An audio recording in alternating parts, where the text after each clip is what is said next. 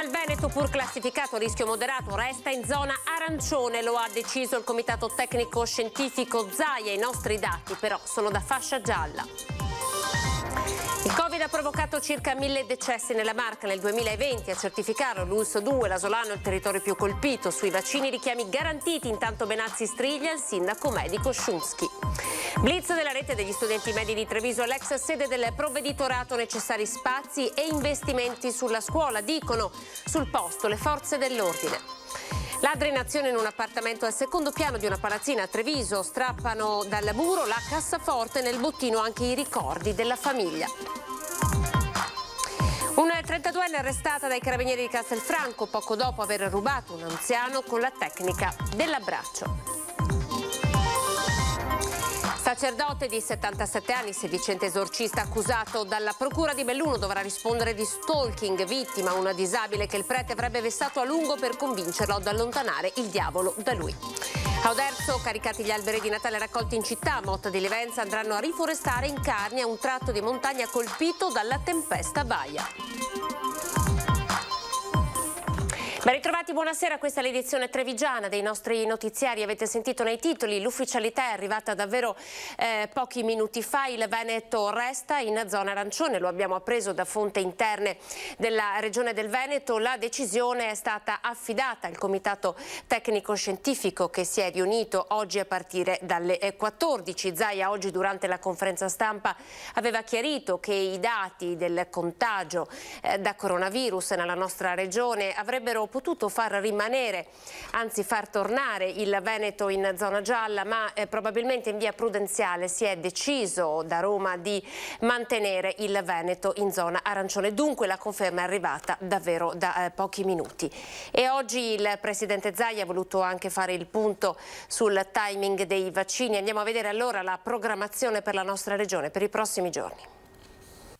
La campagna vaccinale anti-Covid in Veneto non si è mai fermata, ma adesso è pronta a spingere di nuovo il piede sull'acceleratore se le dosi promesse arriveranno nei tempi previsti. A scandire la tabella di marcia il presidente Zaia. Abbiamo confermate le forniture che sapete per la prossima settimana, dopodiché sembra che dalla settimana successiva si riprenda in quota con le forniture. La prossima settimana noi abbiamo vaccini stando a quello che ci viene detto, per continuare a fare le seconde dosi, e a fine settimana, inizio dell'altra, riprenderemo le prime dosi.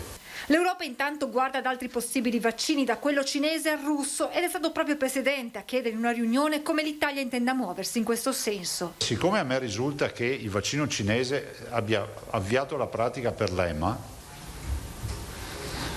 e probabilmente lo farà anche il vaccino russo, lo Sputnik, ho chiesto formalmente se c'è qualche riserva rispetto a questi vaccini e nessuno mi ha detto di no.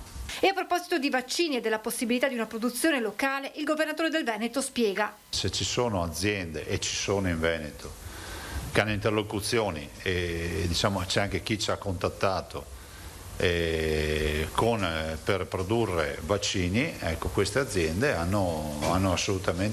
trovano le porte aperte qui da noi. Mentre in alcuni paesi europei il virus continua a correre, in Italia, spiega Zaia, il trend è di decrescita, e a sostegno di questo il monitoraggio dell'Istituto Superiore di Sanità parla di un R con T dopo 5 settimane sotto la soglia dell'1. Per i numeri che abbiamo avuto probabilmente qui da noi è passata, se non è passata c'è passata l'ondata che comunque non ci aspettavamo. E a proposito di numeri, in Veneto continuano ad arrivare segnali che fanno ben sperare, ad iniziare dall'incidenza dei positivi. La nostra incidenza è passata da 480 positivi ogni 100.000 abitanti a settimana a 178. Dati che spingono all'ottimismo anche sul fronte ospedaliero. Sono 700 i posti letto in meno che si registrano oggi rispetto alla punta massima toccata. Da alcuni giorni, ha spiegato Zaia, è partita un'opera che in gergo sanitario si definisce di pulizia. Si stanno rendendo pulite da Covid parecchie strutture, quindi adesso magari c'è anche qualche movimentazione in più di pazienti Covid perché si vanno a concentrare su poche strutture. E nel giorno in cui il CTS si dovrà pronunciare sulla nuova geografia di rischio del paese, Zaia dice: abbiamo dati da fascia gialla. accetteremo quello che verrà indicato dai tecnici. E proprio mentre i giornalisti chiedono anticipazioni sulla fascia che toccherà al Veneto... Guardate, se mi lasciate fare... Ho visto che il ministro Speranza mi sta chiamando. Risponda.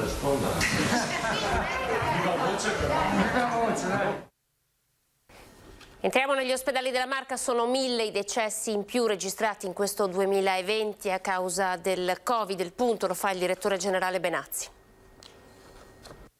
Sono 1000 decessi in più rispetto alla media dei 5 anni precedenti. È un dato che è in linea con i dati nazionali. Sono molto probabilmente i decessi dovuti alla pandemia. I numeri adesso sono definitivi e certificano oltre 1 migliaio di decessi in più nella Marca nel 2020 rispetto alla media del quinquennio precedente, 9.148 nell'anno appena trascorso, 8.132 tra il 2015 e il 2019, in termini percentuali un più 12%. Quanto alla distribuzione dei decessi, il territorio più colpito, quello asolano, più 17%, 12 l'area dell'Exul Pieve di Soligo, 9% Treviso. Per il servizio epidemiologico dell'ULSS-2 non ci sono dubbi. Il numero di morti che abbiamo per la pandemia è pressappoco uguale al surplus di morti che abbiamo rispetto alla media degli anni precedenti. Dietro ogni numero un volto e una storia personale e familiare. E di questo siamo, come dire, vicini alle famiglie e capiamo il momento che è difficilissimo, però noi abbiamo uno spiraglio che sono le vaccinazioni. E proprio questo è il punto, in attesa delle dosi in ritardo. Si guarda con molta ansia la prossima settimana e soprattutto alla fornitura della Pfizer e anche di Moderna, perché se dovessero arrivare le dosi promessi, i flaconi promessi, chiaramente noi poi potremo partire con una campagna vaccinale di massa. Del resto l'obiettivo dell'ULSS-2 Marca Trevigiana resta molto ambizioso. Il nostro obiettivo è chiudere con queste fasce a rischio tra giugno e luglio, assolutamente. Nelle prossime ore, questa è la tabella di marcia, inizieranno ufficialmente i richiami, ovvero la somministrazione della seconda dose, 1400 sabato, circa 1000 domenica. I 16.000 richiami che dobbiamo fare non sono assolutamente a rischio, per fortuna verranno fornite queste dosi, noi abbiamo messo via il 30% delle dosi che ci avevano già dato.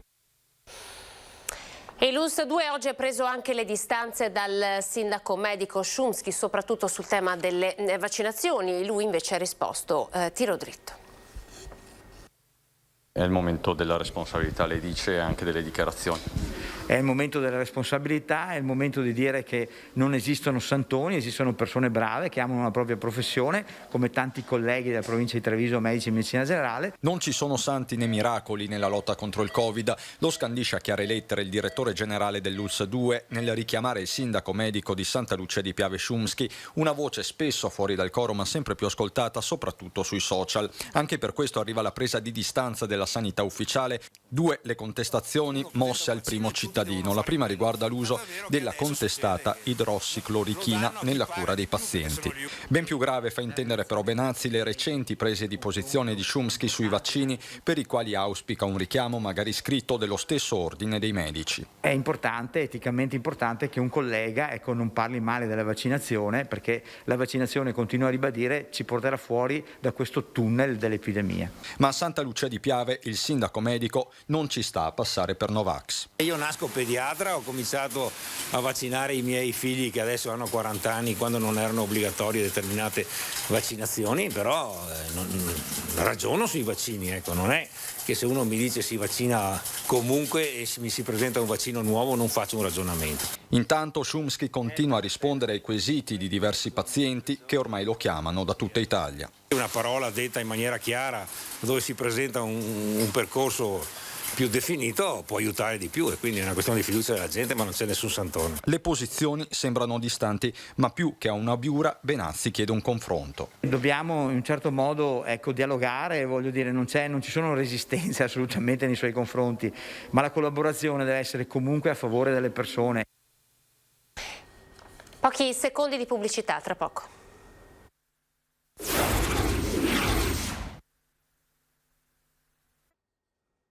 Eccoci, ripartiamo dalla scuola. Chiedono investimenti ma anche sicurezza all'interno delle strutture. Oggi un'occupazione pacifica della rete degli studenti medi all'ex provveditorato di proprietà della provincia. Le motivazioni del loro gesto affidate a slogan srotolati sulla parete di uno degli edifici chiusi della città, l'ex provveditorato. Scuola più sicura, più spazi per la didattica, finanziamenti per la scuola. All'alba di oggi, a 24 ore dalla sentenza del TAR che dà ragione all'ordinanza regionale del governatore Zaia, rappresentanti della rete degli studenti medi e del centro sociale Django hanno simbolicamente occupato l'edificio di via Sartorio, chiuso da quasi 10 anni. Per assicurare il rientro a scuola ci sono grossi problemi sistematici che vanno erano già da prima la pandemia, da molto tempo, che però non sono mai stati sanati, diciamo, tra cui l'edilizia scolastica, i trasporti pubblici. Tommaso, ex studente del Da Vinci, ora universitario a Padova, con i compagni hanno allestito una vera e propria classe per fare comunque didattica a distanza e nel pomeriggio è stata organizzata una lezione di ecologia politica. Ci sono tanti temi che sono importanti, che si dovrebbero toccare, che noi tocchiamo ogni giorno, dei quali però la scuola non si occupa. Io sono a casa e non facciamo nemmeno i laboratori in presenza, il che per i grafici in particolare come me risulta spesso un problema, soprattutto per chi magari non ha i mezzi per poter gestire i programmi che sono molto pesanti. La provincia, che ne detiene la proprietà, ha concesso i locali agli alpini nella Dunata del 2017. È uno spazio che con pochi soldi sarebbe di nuovo agevole, con pochi soldi si potrebbe riqualificare e si potrebbero costruire le cose che mancano in questo momento invece di andare a cementificare in altri terreni. Spiace che sia stato preso di mira proprio un edificio di proprietà della provincia, ha dichiarato il presidente Stefano Marcon. L'ente, ha continuato, ha investito quasi 6 milioni di euro soltanto per gestire l'emergenza Covid, realizzando 2 nuove scuole a Treviso e Castelfranco. Il sindacato pensionati della CGIL ha commissionato un'indagine per mappare le disuguaglianze economiche nella Marca trevigiana. Sentite che cosa è emerso. Vulnerabilità sociosanitaria, quindi tutta la parte dei servizi sociosanitari, e i giovani, vulnerabilità soprattutto economica perché sono a carico delle famiglie e non possono provvedere al proprio sostentamento nel momento in cui i genitori perdessero il lavoro. Una provincia sempre meno giovane, dove in media ogni 3 anziani ci sono 2 ragazzi, con picchi che fanno salire il rapporto anche a 4-2, come avviene a Vittorio Veneto, ma soprattutto una provincia dove le disuguaglianze economiche sono evidenti, soprattutto nelle zone delle colline del Prosecco. A sostenerlo è l'indice di Gini elaborato per la Marca dal sindacato pensionati. Se a Treviso l'indice di disuguaglianza è pari allo 0,49, dove 1 significa alto, a Moriago della Battaglia sale fino allo 0,65. Nei comuni del Prosecco, Tarso, San Polo di Piave e Frontola Ormelle il 30% dei contribuenti dichiara redditi tra lo 0 e i 10.000 euro. La Marca dei ceti medi, questo ci racconta la ricerca, dove il reddito medio è di 21.553 euro per contribuente.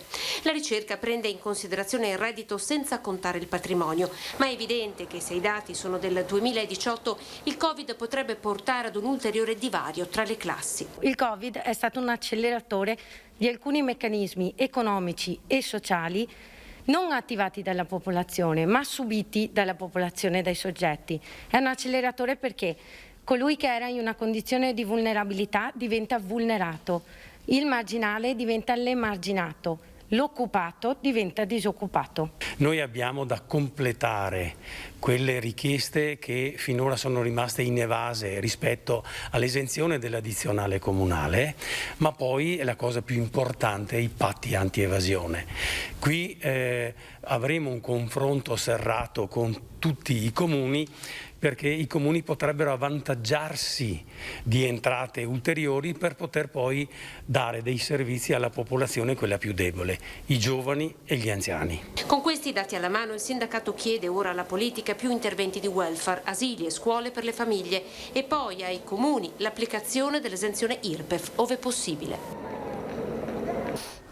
Paura stamani in un'azienda metalmeccanica di Altivole, dove un operaio di 20 anni di Pederobba ha perso i sensi dopo essere sceso in un pozzetto per controllare un macchinario. L'ipotesi più probabile è che sia rimasto intossicato di gas argon. Il ragazzo, soccorso da un collega, si è poi ripreso ed è stato portato all'ospedale, dove è stato visitato anche il compagno che l'ha salvato e che ha cominciato a manifestare gli stessi sintomi. Indagini in corso per stabilire quanto accaduto.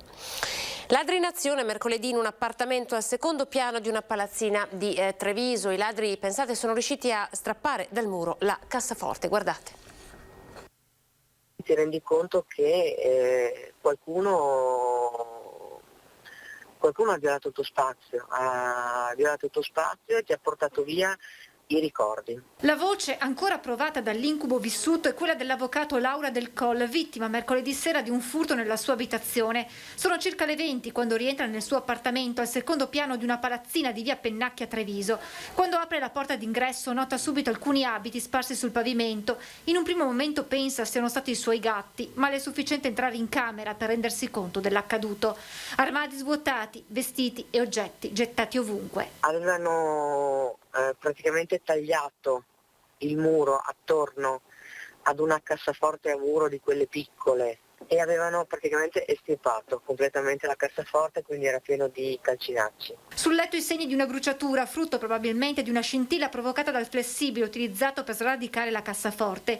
I ladri, entrati dopo aver scassinato la maniglia della porta finestra del terrazzo, si sono messi alla ricerca di oggetti di valore trovati all'interno di alcune scatole. La bigiotteria è stata lasciata lì e sono state portate via le cose preziose. Erano solo ricordi, la croce del battesimo, regali fatti da mia mamma, la fede nuziale di mio padre. Dopo lo shock iniziale, Laura Del Coll chiama la polizia. In attesa dell'arrivo degli agenti, mille i pensieri e le sensazioni che si alternano nella sua mente. Non è stata paura.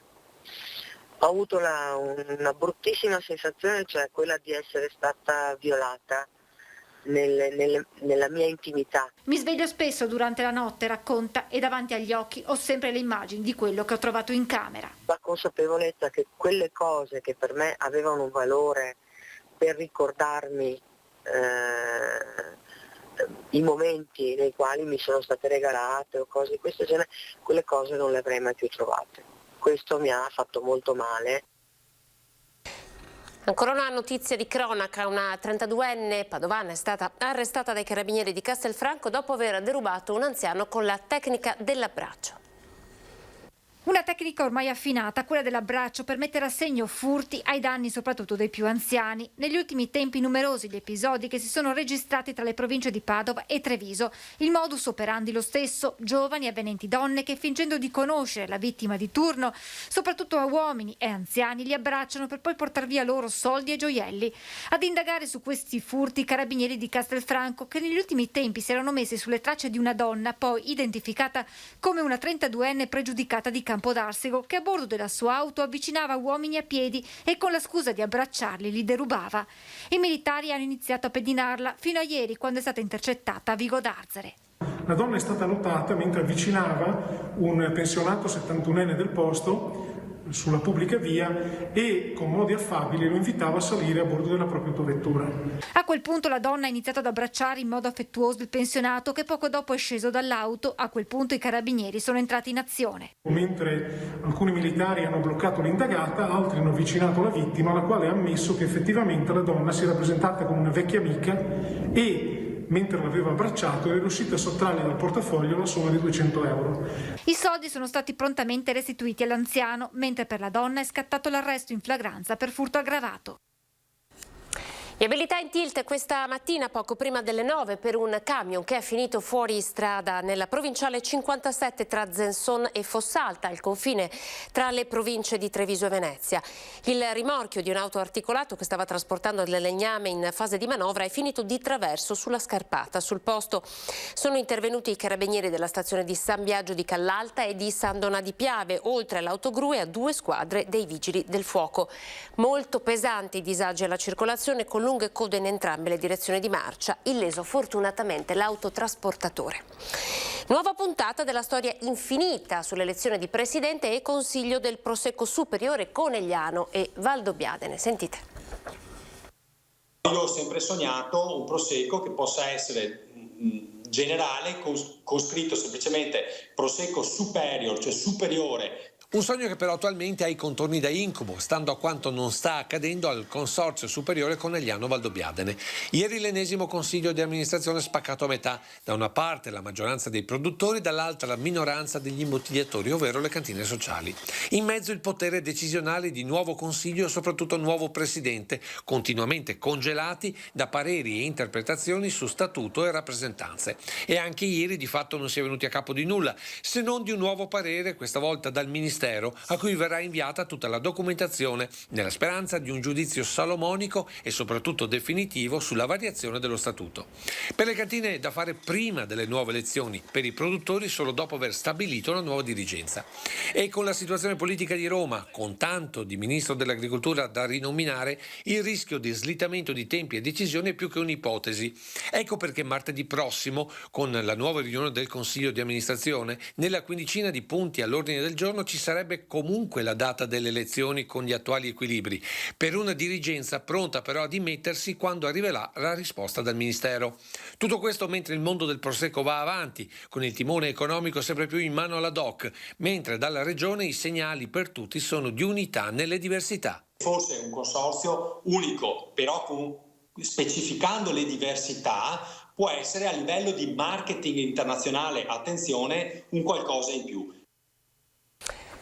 Lunghe code fuori dagli uffici postali, il post che alza il livello dell'attenzione sulla questione è del sindaco di Treviso Mario Conte. Girando per il centro si legge: i quartieri ho rilevato la presenza di lunghe code fuori dagli uffici e già nelle prossime ore mi farò carico della questione confrontandomi con il responsabile provinciale di Poste Italiane. Compatibilmente con le norme anti-Covid e i protocolli di sicurezza è doveroso, ha aggiunto Conte, trovare una soluzione condivisa. Intanto Poste Italiane ha annunciato che domani sarà riaperto l'ufficio postale di Lancenigo, mentre lunedì riaprirà l'ufficio postale di Riese Pio X in via Giorgione, che era stato gravemente danneggiato dall'esplosione dello sportello Postamat.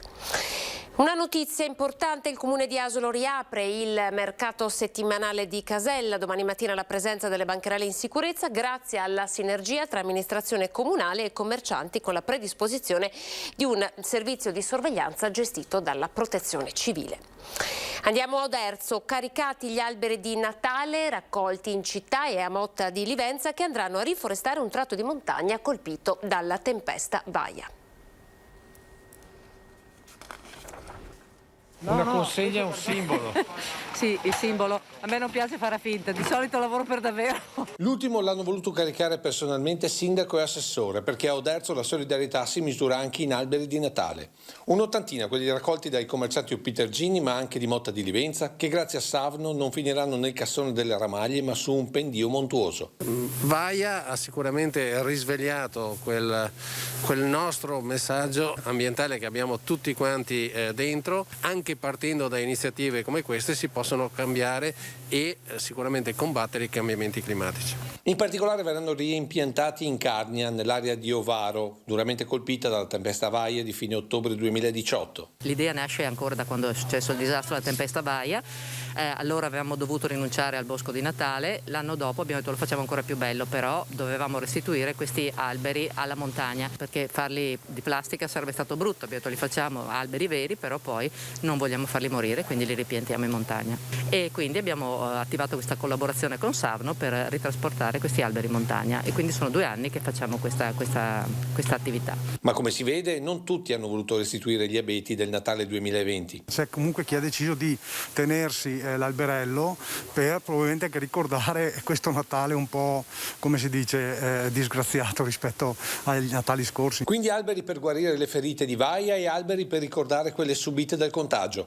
Ma questi pini e questi abeti ricorderanno anche un altro evento legato alla storica rivalità tra Oderzo e Motta. Insomma, almeno sui pini Motta e Oderzo sono d'accordo. Sì, sugli abeti sicuramente sì, no, a parte gli scherzi. Sono iniziative che non possono essere singole, vanno fatte assieme. Stato di attenzione per vento e forti piogge. Andiamo a vedere le previsioni per il weekend. Una profonda depressione localizzata addirittura tra le isole inglesi e il polo ha indirizzato nelle ultime ore verso di noi sistemi perturbati. Gli effetti sono stati evidenti oggi con piogge diffuse e in parte saranno anche domani, anche se poi domani le piogge saranno un po' più intermittenti, anche se, ripeto, piuttosto diffuse su tutto il nostro territorio. Da domenica mattina si sentiranno già gli effetti dell'anticiclone atlantico che si rispande verso di noi e quindi in qualche modo ci proteggerà. Quindi prevediamo per domenica un miglioramento, una variabilità iniziale e poi qualche rasserenamento. L'anticiclone poi dovrebbe rimanere per la prossima settimana, quindi già da lunedì avremo tempo stabile con cielo in prevalenza poco nuvoloso o addirittura sereno, però avremo un abbassamento delle temperature. Ecco, i venti infatti per le prossime 24-48 ore saranno ancora dai quadranti occidentali, quindi le minime sopra lo 0, 3-4 gradi, le massime 7, 8, 9 gradi. Da lunedì invece le correnti umide verranno sostituite da correnti da nord, quindi ricominceranno le gelate notturne, 3-4 gradi sotto lo 0 e valori massimi sempre 6-7 gradi. Per quanto riguarda l'Alta Adriatica è previsto mosso o molto mosso. Attenzione, una notizia che è arrivata ora in redazione: c'è stato un incidente sulla strada 308 in località Boscalto tra Resana e Loreggia, sul posto il Suem di Padova. Uno scontro ci sarebbe stato tra una Smart e un furgone. L'automobilista, il guidatore della Smart, sarebbe stato portato all'ospedale in gravi condizioni. Invece ci segnalano una serie di blackout diffusi nella zona di Quinto. Adesso andiamo insieme a vedere le notizie invece che arrivano dal Bellunese.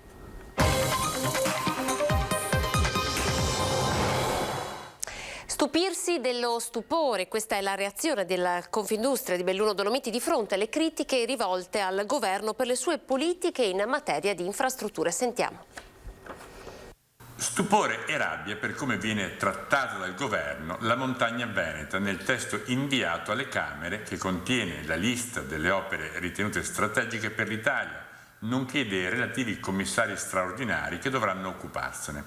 A denunciare pubblicamente come non ci sia nessuna traccia di Belluno e del bellunese è la presidente di Confindustria Belluno Dolomiti.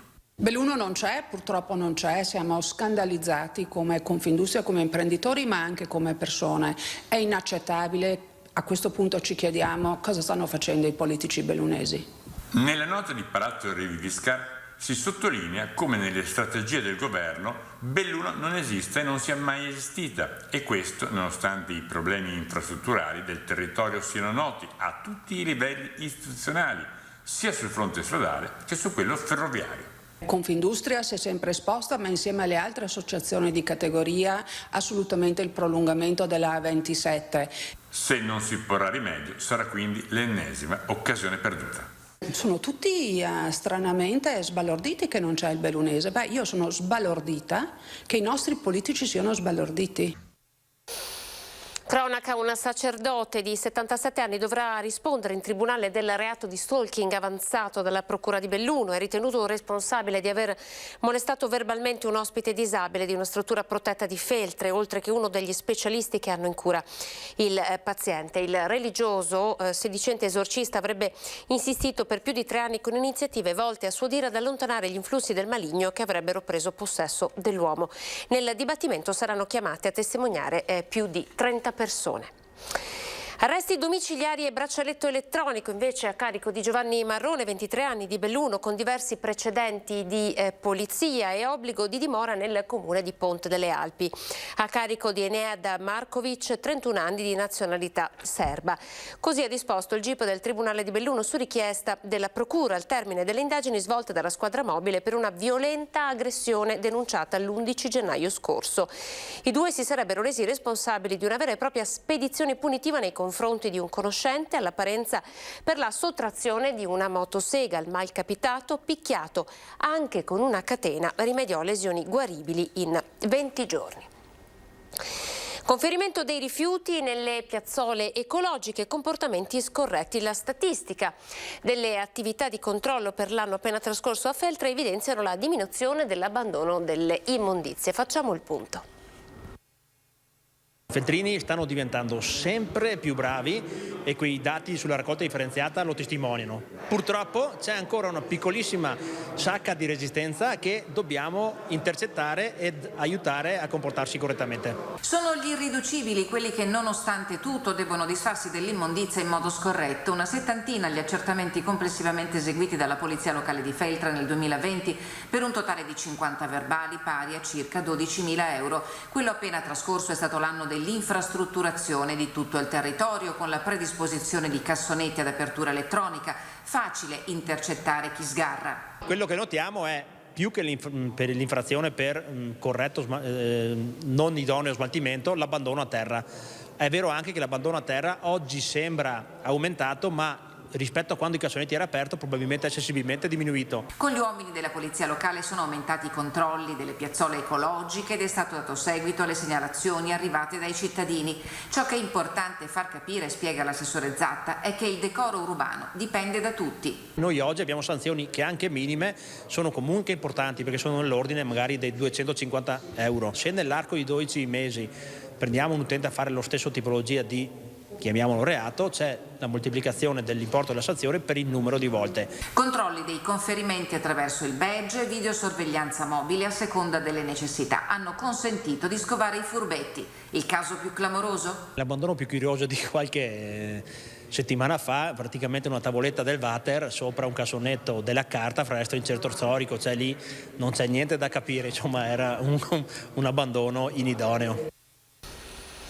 In chiusura vi dobbiamo dare questa notizia arrivata da poco in redazione. In seguito all'aggravarsi delle condizioni di salute è morto oggi all'età di 93 anni Monsignor Alfredo Magarotto, vescovo emerito di Vittorio Veneto. Era nato a Pernumia il 16 febbraio del 1927 e fu ordinato presbitero il 9 luglio 1950.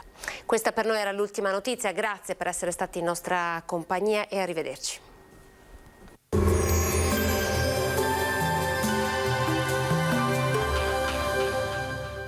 Bentrovati al meteo.